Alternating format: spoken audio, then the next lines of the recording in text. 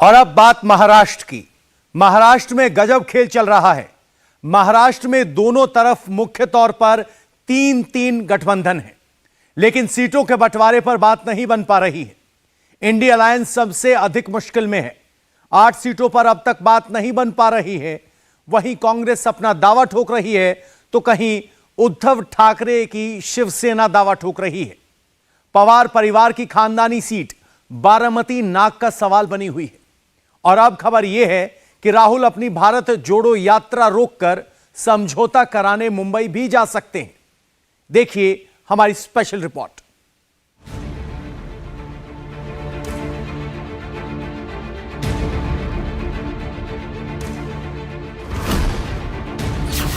बारामती में पवार की पावर बंट गई।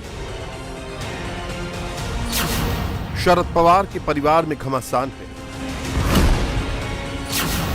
पवार की बेटी जीत कर आएंगी, संशय है। मगर क्या उद्धव ठाकरे अघाड़ी में रहेंगे, या फिर ठाकरे की शिवसेना भी घर वापसी करेगी? बारामती शरद पवार का होम ग्राउंड है। बारामती की सीट पर सांसद पवार की बेटी सुप्रिया है। भाई अजीत पवार यहीं से विधायक हैं। अजीत ने बहन के खिलाफ बीवी को उतारने की तैयारी कर ली।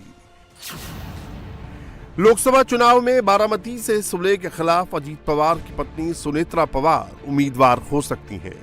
उनके पोस्टर्स और बैनर्स से ये अटकलें जोरों पर हैं। अब इस सीट पर झंडे गाड़ने के लिए दोनों गुटों ने अपनी अपनी कमर कस दी है। दोनों पक्षों की ओर से कैंपेन भी शुरू हो गई है। इस बीच शरद पवार ने अपने भतीजे अजीत पवार के खिलाफ बड़ी चाल चली है। शरद पवार ने अजीत पवार को बड़ा झटका देते हुए अजीत पवार के ही बड़े भतीजे को चुनाव प्रचार करने के लिए चुनावी मैदान में उतार दिया है। 2 दिन पहले ही अजीत पवार ने एक सार्वजनिक बैठक में कहा था कि मेरे परिवार को छोड़कर परिवार का कोई भी व्यक्ति मेरे लिए प्रचार नहीं करेगा। इसके बाद बड़ी खबर आई कि योगेंद्र पवार बारामती में एनसीपी शरद पवार गुट के लिए प्रचार करने आ गए। योगेंद्र डिप्टी सीएम अजीत पवार के भाई श्रीनिवास पवार के बेटे हैं। योगेंद्र पवार ने शरद पवार के हाथों को मजबूत करने का संकल्प लिया है। योगेंद्र पवार का शरद गुट की ओर से मैदान में उतरना अजीत गुट के लिए बड़ा झटका हो सकता है। हालांकि बारामती में बड़े पवार आज भी ग्रैंड मैन माने जाते हैं और कहा जाता है कि पवार का असर सिर्फ बारामती में ही नहीं है। सच्चाई क्या है, इसे भी समझिए। महाविकास अघाड़ी कहिए या इंडी अलायंस, लोकसभा सीटों की बात करें तो इंडी अलायंस में जगह जगह तनाव है, खींचतान है। ये तनाव महाराष्ट्र में भी दिख रहा है। महाराष्ट्र की जिन 8 लोकसभा सीटों को लेकर खींचतान जारी है, जिन सीटों पर मामला फंसा दिख रहा है, वो सीटें हैं रामटेक, हिंगोली, वर्धा, भिवंडी, जालना, शिरडी, मुंबई दक्षिण, मध्य और मुंबई उत्तर पश्चिम लोकसभा सीट शामिल है। दरअसल कांग्रेस मुंबई दक्षिण मध्य और मुंबई उत्तर पश्चिम लोकसभा सीट की मांग कर रही है, लेकिन 2019 में शिवसेना ने दोनों सीटें जीती थी। इसीलिए शिवसेना यूबीटी इन दोनों सीटों को छोड़ने को तैयार नहीं है। रामटेक सीट पर तो कांग्रेस, उद्धव सेना और एनसीपी तीनों का दावा है। हालांकि सीट बंटवारा विवाद सुलझाने के लिए कोशिश तेज है, मगर कांग्रेस की एक और मुश्किल बढ़ गई। पहले बाबा सिद्दीकी कांग्रेस छोड़कर गए, अब यूथ कांग्रेस के पूर्व अध्यक्ष जिशान सिद्दीकी भी बागी तेवर में दिख रहे हैं। जी जग जाहिर है, मेरे जो दिक्कतें हैं, जैसे मैं यूथ कांग्रेस में बना, मुझे 8 महीना अनाउंस नहीं किया, मुझे सबसे ज्यादा वोट मिले, और यही चीज कर्नाटका में मोहम्मद नलपड़ के साथ हुई। तो हमारे में दोनों में यही कॉमन है कि हम दोनों मुस्लिम हैं।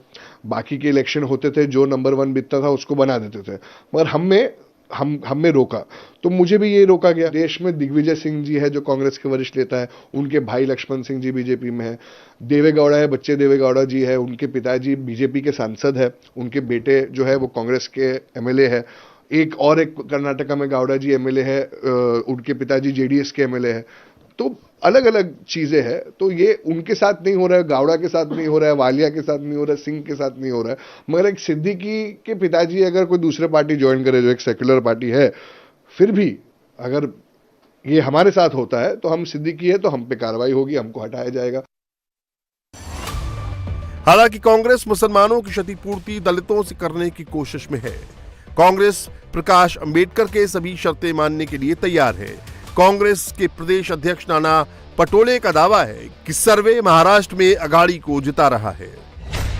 देखो, जो कुछ सर्वे आ रहे हैं उसके आधार पर महाराष्ट्र में महाविकास आघाड़ी की जो स्थिति है वो एकदम अच्छी है और 42 कम से कम जगह पे हम लोग महाविकास आघाड़ी करके इलेक्शन जीतेंगे।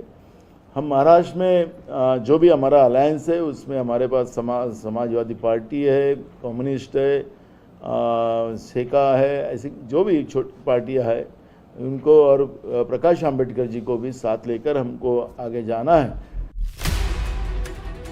आइए एक बार फिर लौटते हैं बारामती में, पवार परिवार के गढ़ में। लगता यह है कि अजीत पवार को बारामती में शरद पवार से कम सपोर्ट है। शरद पवार अजीत को घर में और गृह क्षेत्र बारामती में घेर रहे हैं, पर अजीत को घर में नहीं घर के बाहर भी भारी सपोर्ट है। जमीनी सच्चाई क्या है ये भी समझिए, मुश्किलात दूसरे भी कम नहीं। बारामती विधानसभा से खुद अजीत पवार विधायक हैं। इंदापुर से दत्ता भरणे विधायक हैं जो अजीत गुट में हैं। भोर सीट पर संग्राम थोपते कांग्रेस विधायक हैं। पुरंदर सीट से कांग्रेस के संजय जगताप हैं। दौड़ की सीट पर राजुल कुल बीजेपी के हैं। खड़क वासला में भीमराव तापकीर बीजेपी विधायक हैं। मगर इंदापुर, दौड़, खड़क वासला में उन्हें भारी सपोर्ट रहेगा। पुरंदर और भोर में भी अजीत पवार का होल्ड है। 2019 में सुप्रिया सुले के खिलाफ बीजेपी ने 40% वोट लिए थे, मगर अब की बार बीजेपी जमा शिवसेना जमा अजीत पवार एनसीपी की ताकत 60% से ज्यादा होगी। जिस समीकरण पर बात हो रही है उसके मुताबिक 20 सीटों पर उद्धव सेना, 18 पर कांग्रेस और 10 पर शरद पवार को लड़ाने की बात है। मगर इस समीकरण के खिलाफ उद्धव ठाकरे के सिपहसालार संजय राउत दिख तो सकारात्मक रहे हैं, मगर सियासी बाजार में चल रही खबरें बता रही हैं कि अगर उद्धव असंतुष्ट रहे तो उनकी भी एनडीए में घर वापसी हो सकती है।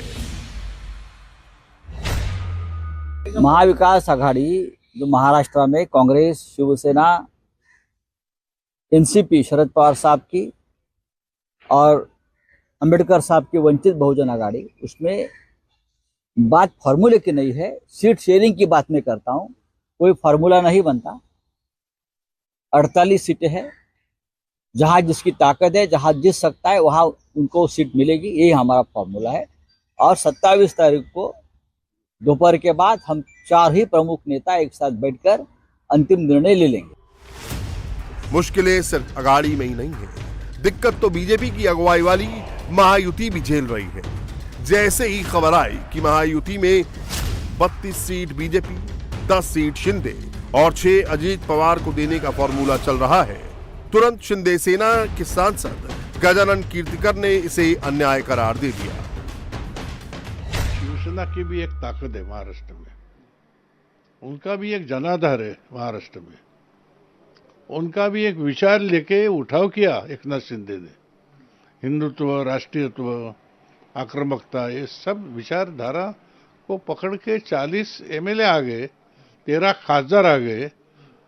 एकनाथ शिंदे का जो काम करने की पद्धति, तो हमारी इस महाराष्ट्र में एक वोट बैंक तैयार हो गई है। हमारी भी एक विशिष्ट स्थिति है राजनीति में महाराष्ट्र के। तो हम लोग जो 19 में हम लोग तय किया था उतना 22 हमें मिलना चाहिए। 22 में से राष्ट्रवादी को जो देना पड़ेगा उतना कम होगा तो ही शायद चलेगा, ऐसा मुझे लगता है। लेकिन उतनी तो हमारा क्लेम रहेगा, वो क्लेम मिलना चाहिए। बहरहाल महाराष्ट्र की लड़ाई तो आगे होगी, मगर सीट बंटवारे की लड़ाई दिलचस्प हो गई है। ये मामला कैसे सुलझता है देखना तो ये है।